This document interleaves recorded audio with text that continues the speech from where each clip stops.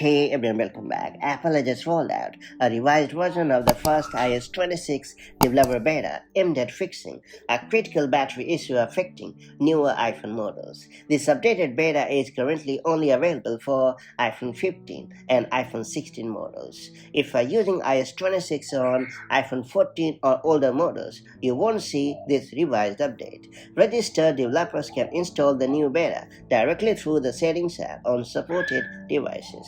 This update bill addresses a bug in the original beta that caused some iPhone 15 and iPhone 16 models to display a lower battery symbol and fail to start up properly after updating. iOS 26 brings a range of exciting new features, first unveiled at Apple's WWDC keynote, including the sleek liquid glass design that modernizes the look and feel of the system. Users can also look forward to enhancements across core apps like Messages, Phone, Safari, Music, Photos, and Camera.